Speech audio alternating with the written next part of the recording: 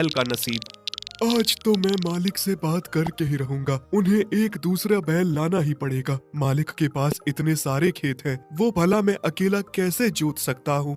बहुत समय से हरिराम के पास एक बैल था जिसका नाम चेतन है। चेतन बड़ा ही भला, शरीफ और सियाणा किस्म का बैल था। जब वो जवान था तो सारी दुनिया के काम किया करता था। हरिराम उससे एक दिन में 10-10 खेत जुतवाने का काम लिया करता था।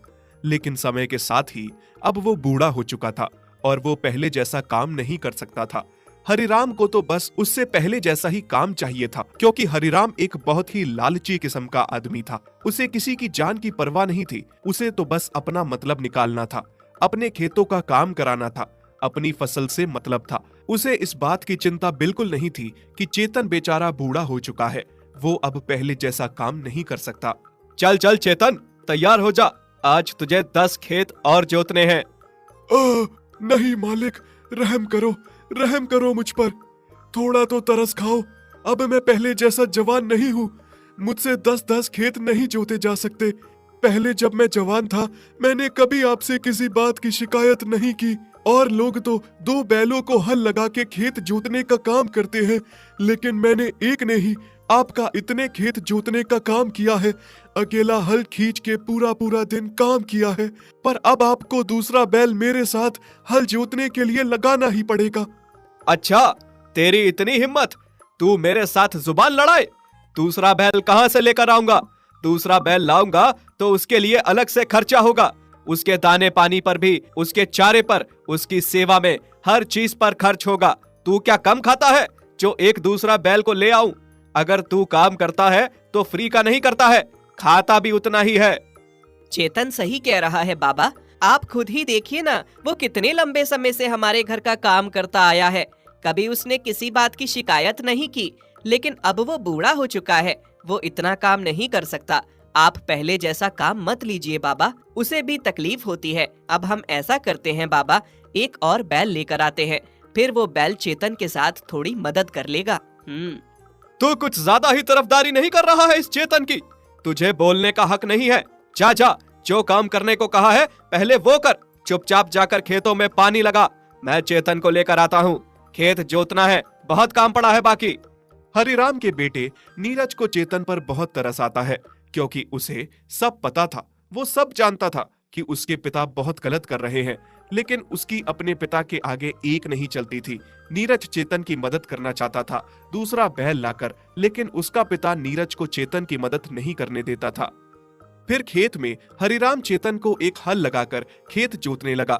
जैसे तैसे चेतन ने एक खेत तो निकाला, लेकिन जैसे ही दूसरा खेत जोतने लगा, उसकी टांगे कमजोरी से थर थर कांपने लगी। अरे मालिक, क्या कर रहे हो आप? आपको क्यों नहीं समझ आ रहा कि अब मैं इतना काम नहीं कर सकता हूँ? मैं बहुत कमजोर और बूढ़ा हूँ। देख चेतन, नौटंकी ना कर। अभी तक तो अच्छा भला चल रहा था, अभी रुक रुक के चल रहा है। चल, नहीं तो देख मेरे से मार खाएगा। अगर तूने ऐसा नाटक किया तो मैं कल ही तुझे कसाई को बेच दूंगा और अपने लिए एक नया बैल लेकर आऊंगा। जैसे ही हरिराम ने चेतन को कसाई को बेचने की बात कही, चेतन बहुत घबरा उठा। नहीं नहीं मालिक, मुझे कसाई को मत बेचिए। तो चल फिर, जल्दी चल, काम कर, अभी बहुत काम बाकी है खेतों में। खेतों में पानी लगा रहे नीरज को चेतन पर बहुत तरस आ रहा था कि उसके पिता चेतन के साथ कितना गलत कर रहे हैं। वो मन ही मन दुखी हो रहा था। कुछ समय खेतों में काम करने के बाद देखते ही देखते चेतन धड़ाम से खेतों में गिर जाता है और कमजोरी के कारण गिर के बेहोश हो जाता है। अरे, इसको क्या बीमारी पड़ गई? नीरज सुन, ये तो गिर गया है। जैसे ही होश आए, आते ही इसे घर ले आना। नीरज चेतन को उठाने की कोशिश करता है। चेतन, उठो उठो, क्या तुम पानी पियोगे?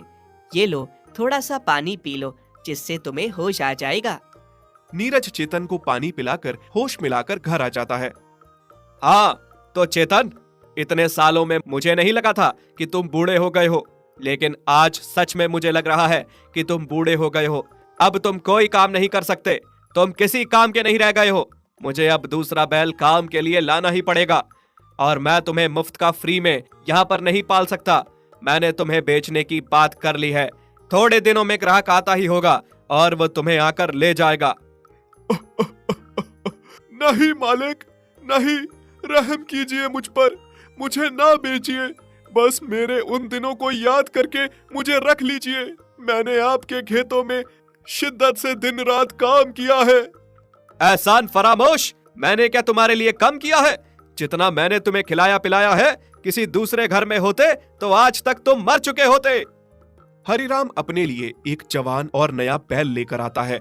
वही चेतन की जगह पे उसे रखता है, खूब खिलाता पिलाता है और चेतन को बाहर ठंड में बांध देता है और ना उसे चारा देता है ना पानी। चेतन अपने मालिक से बहुत दुखी था कि उसने अपने मालिक के लिए इतना कुछ किया और वो सब भूलकर अंत में जाकर उसके साथ ये सब कर रहा है। मालिक, आप इतने खुदगर्ज हैं, मुझे नहीं पता था। आज आपने एक नया और जवान बैल लाया, उसे अंदर बांध दिया और मुझ पर इतना भी तरस नहीं है, मुझे ठंड में बाहर बांध दिया और फिर ना पानी दिया ना चारा। क्या हम जानवरों की बस यही औकात है? बाबा, आप ये क्या कर रहे हो? नया बैल आने से आपने चेतन को बाहर बांध दिया, हालांकि अंदर जगह भी थी उसको भी अंदर बांधने के लिए, पर आपने उसे बाहर बांध दिया। इतनी ठंड में ना उसे खाना दिया ना पानी दिया। उस बेजुबान पर थोड़ा तो तरस खाओ। अरे बेटा, तुम इतनी चिंता क्यों कर लेते हो इन जानवरों की? ये जानवर होते ही ऐसे हैं, किसी काम के नहीं होते। कुछ समय तक काम आते हैं, उसके बाद फिर बूढ़े हो जाते हैं, फिर किसी काम के नहीं रहते। और वैसे भी इस चेतन का हमें करना ही क्या है, चाहे ठंड में बंधा हो या अंदर, और चारा पानी देकर ऐसे ही क्यों बर्बाद करना है? कल ग्राहक आता ही होगा, मैंने बात कर ली है, वो इसे ले जाएगा। अब तुम चलो, सो जाओ। इन जानवरों की इतनी चिंता मत किया करो, नए बैल को भी कल खेत में ले जाना है। नीरज अपने पिता की बातें सुनकर बहुत हैरान रह गया था कि कोई इंसान इतना खुदगर्ज कैसे हो सकता है। जिस बैल ने सारी उम्र उस घर के लिए इतना किया, अब वो उसके सारे एहसान भूलकर उसको मरने के लिए ठंड में छोड़ गया है। बाबा, अब मुझे ही कुछ करना होगा, आपको अपनी गलती का एहसास दिलाना ही होगा। नीरज ने अब सोच लिया था कि अपने पिता को उसकी गलतियों का एहसास दिला कर ही रहेगा। भाई, तुम बाहर क्यों बंधे हो इतनी ठंड में, और कुछ खा क्यों नहीं रहे हो? क्या तुम्हें खाना नहीं दिया है? मैं अपनी मर्जी से बाहर नहीं बंधा हूँ, मुझे मालिक ने बाहर बांधा है, क्योंकि अब मैं उनके किसी काम का नहीं रहा हूँ। क्या मतलब? पहले मैं भी तुम्हारी तरह जवान और हट्टा कट्टा था। जब मुझे मालिक लेकर आए थे और मैं उनकी एक ही दिन में 10-10 खेत जोत दिया करता था, अकेला ही। पर अब मैं बूढ़ा हो चुका हूँ, मालिक के किसी काम का नहीं रहा हूँ, तो अब उन्होंने मुझे बेचने के लिए ग्राहक को बुलाया है और इसी कारण मुझे बाहर ठंड में बांध दिया गया है। चारा दाना पानी कुछ भी नहीं दिया है। उन्हें लगता है कि मुझे कुछ खिलाएंगे पिलाएंगे तो उन्हें इसका कुछ फायदा नहीं होगा। और अब तुम जवान हो, हट्टे कट्टे हो, तुम्हें लाया गया है, तुम्हें अंदर मेरी जगह पर ही बांध दिया गया है, इसीलिए तुम्हारी इतनी कदर हो रही है, क्योंकि तुम जवान हो, मालिक के खेत जोतोगे। क्या तुम सही कह रहे हो? इसका मतलब जैसे आज तुम्हारे साथ हो रहा है, कल जब मैं बूढ़ा हो जाऊंगा तो मालिक मेरे साथ भी ऐसा ही करेंगे। हाँ भाई, क्या पता, हो सकता है, क्योंकि इन इंसानों का कोई भरोसा नहीं है। मैंने मालिक के लिए इतने साल अपनी जिंदगी के लगा दिए, उन्होंने मेरे साथ ये सब किया, तो तुम्हारे साथ करने में कौन सी बड़ी बात होगी। हरिराम का नया बैल चिंता में आ गया था कि जैसे हरिराम ने अपने पुराने बैल चेतन के साथ किया, कल को जब वो बूढ़ा हो जाएगा तो वो उसके साथ भी ऐसा ही व्यवहार करेगा। फिर अगले दिन सुबह जैसे ही ग्राहक चेतन को लेने आता है, चेतन चुपचाप ग्राहक के साथ अपनी किस्मत समझकर उदास होकर वहां से जाने लगता है। तभी पीछे से नीरज बोलता है, रुको, तुम मेरे बैल चेतन को ऐसे लेकर नहीं जा सकते। क्या मतलब? यह बैल तुम्हारे पिता ने मुझे बेचा है? बेटा नीरज, तुम्हें क्या हो गया है? इस बूढ़े बैल के लिए क्यों इतना चिंतित होते हो? मैं इसे बेच चुका हूँ, जाने दो इसे। ठीक है पिताजी, मैं इसे जाने दूंगा, लेकिन आप मेरी भी एक बात सुन लीजिए। मैंने भी कुछ सोचा है। पिताजी, अभी तो आप काम कर सकते हैं, सब कुछ संभाल सकते हैं, घर बार खेत, लेकिन कल जब आप बूढ़े हो जाओगे, बेकार हो जाओगे, तो आप किसी काम के नहीं रहोगे, एकदम बेकार हो जाओगे।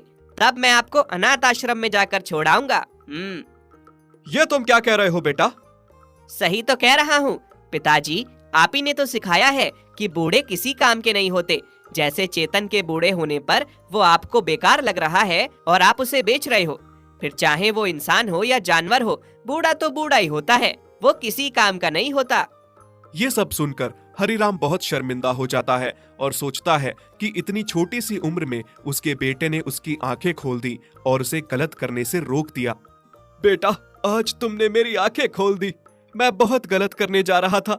सही मायने में मैं अकल में तुमसे बहुत छोटा हूँ। इतनी छोटी सी उम्र में तुमने मेरी आंखें खोल दी। और चेतन, मुझे माफ कर दो, मुझे क्षमा कर दो। कितना गलत था मैं, तुम्हारे एहसानों को भूलकर तुम्हारे साथ इतना गलत करने जा रहा था। आज अगर मेरा बेटा नहीं होता तो मेरी आंखें नहीं खुलती और मैं कितना बड़ा पाप कर बैठता। मुझे माफ कर दो। हरिराम की आंखें खुलने के बाद वो कहता है कि उसे चेतन को नहीं बेचना है और वो चेतन को अपने पास ही रख लेता है। चेतन, अब तुम कहीं नहीं जाओगे, तुम यहीं रहोगे मेरे पास। जिस तरह से तुमने सारी उम्र मेरे लिए इतना किया है, अब मेरा कर्तव्य बनता है कि मैं तुम्हारी सेवा करूं। मुझे अपनी सेवा करने का मौका दो। मालिक, मुझे बहुत खुशी है कि आपको समझ में आ गया कि हम जानवरों में भी जान होती है, हमारे अंदर भी दिल होता है, हमें भी अच्छे बुरे की पहचान होती है और हमें भी तकलीफ होती है। मैं धन्यवाद करता हूँ छोटे मालिक का कि उन्होंने आपको इस बारे में एहसास दिलाया।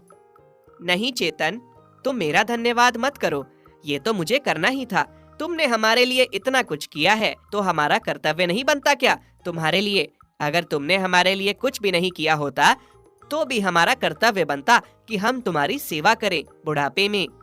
इस तरह से हरिराम चेतन को वापस रख लेता है और बुढ़ापे में उसकी खूब सेवा करता है। दोस्तों, इस कहानी से हमें यह सीख मिलती है कि बूढ़ा चाहे किसी का भी हो, इंसान का हो या जानवर का हो, बूढ़े होने पर किसी की महत्वता कम नहीं होती। अगर हम उसकी जवानी में कदर करते हैं तो बुढ़ापे में भी हमें उसको उतना ही सम्मान देना चाहिए।